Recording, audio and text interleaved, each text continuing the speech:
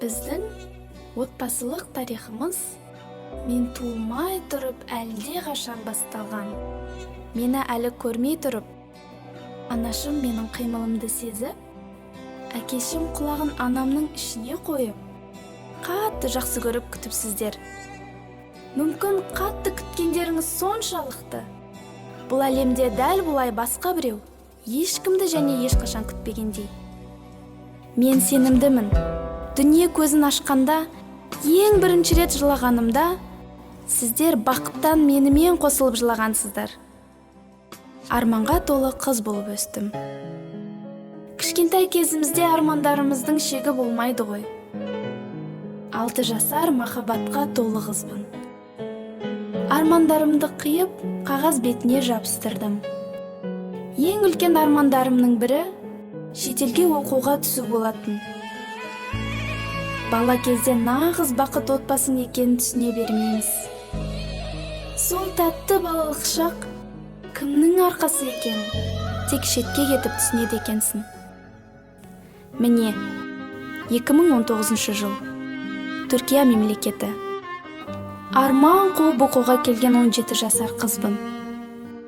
Ата-анам, отбасымнан бірінші рет ұзақта қалдым. Ең бірінші күні қалай өкіріп жылағанымды білсеңіздер ғой. Өз үйімнен 6000 шақырым алыста жалғыз қалып жазылған хат. Әкетайым менің, анашым менің, білемін, қазір қолдарыңыз бос емес болар. Бірақ 5 минут назарларыңызды сұраймын. Шет елде бірінші рет үлкен қыз ретінде қалған менің ойым да, өзім де әлі бала едім. Есейгенімді осы жаққа келіп сезіне бастадым.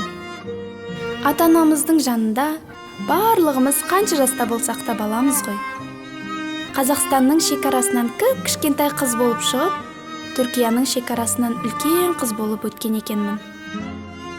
Адамның ең бақытты сәті отбасымен өткізген күндері екен.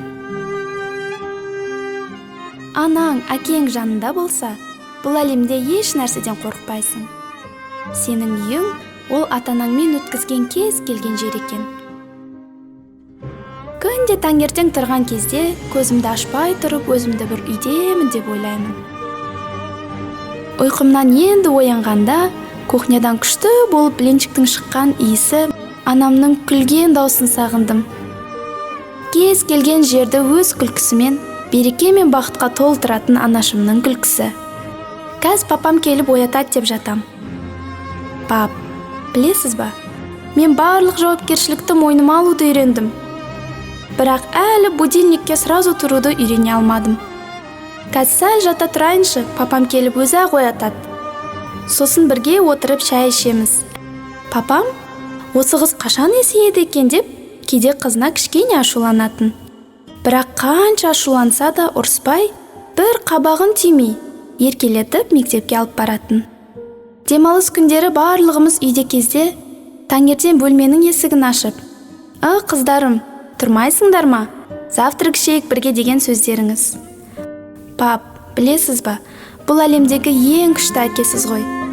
Бала шағасына тек жақсылық тілейтін, мықты да мейірімді, балаға ұрыспай, жай сөзбен еркелетіп тұрып берген тәрбиеңіз.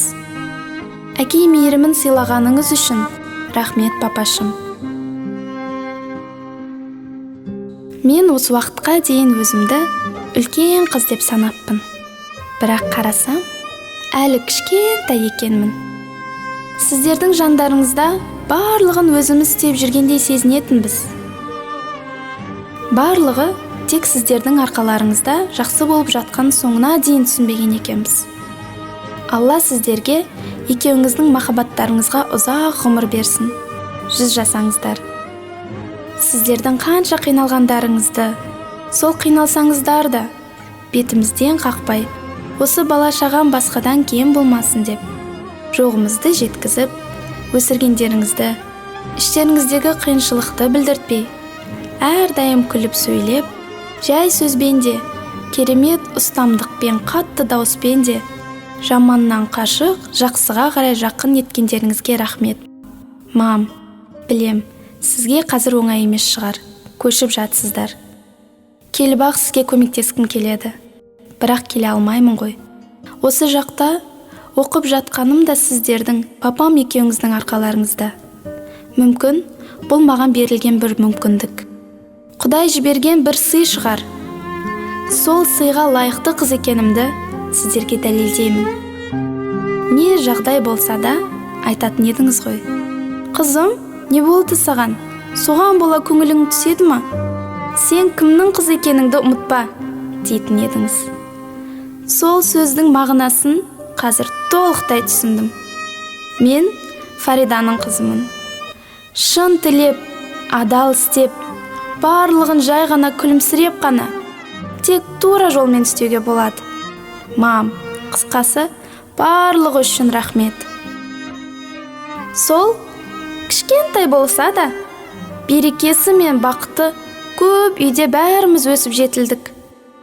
Ал енді ертегідей керемет үлкен зәулім сарайдай үйге көштік. Пап, басынан кірпішін өзіңіз қойған үйде. Бірінші күннен соғуды бастағаннан басында жүріп, әлі күнге дейін басындасыз. Бала шағамның арманындағыдай үй соғып беремін деп, қанша шаршасаңыз да талмай, ыстық суыққа қарамай, аузыңыз берік болса да, күннің асты болса да, сол үйді әне-міне дегенде бітіріп қалдыңыздар. Қанша уақыт ұйықтамасаңыз да, шөлдесеңіз де, осының барлығы бала шағам үшін деп істегеніңізді білеміз. Сол жаңа үйіміздің инедей, миллиметріне дейін мамам екеуіңіздің еңбектеріңіз сіңген біздің екінші қорғанышымыз болар, Құдай қаласа. Мам, сіз бізге бұл қиын өмірдің оңай да әрі әдемі сүруінің мүмкін екенін, пысық болуды үйреттіңіз. Бұлайша айтқанда, сіз бізге қасық ұстаудан бастап барлығын үйреттіңіз. Сізді қатты жақсы көремін. Мен қандай бақытты адаммын осындай мықты анашымның бар болғанына.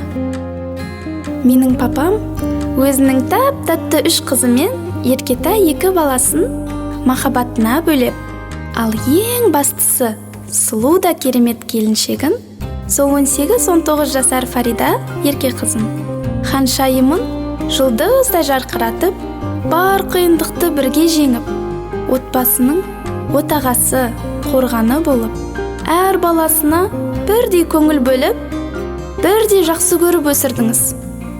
Сіз менің қорғанышымсыз, пап. Пап, мам, бар болғандарыңыз үшін рахмет.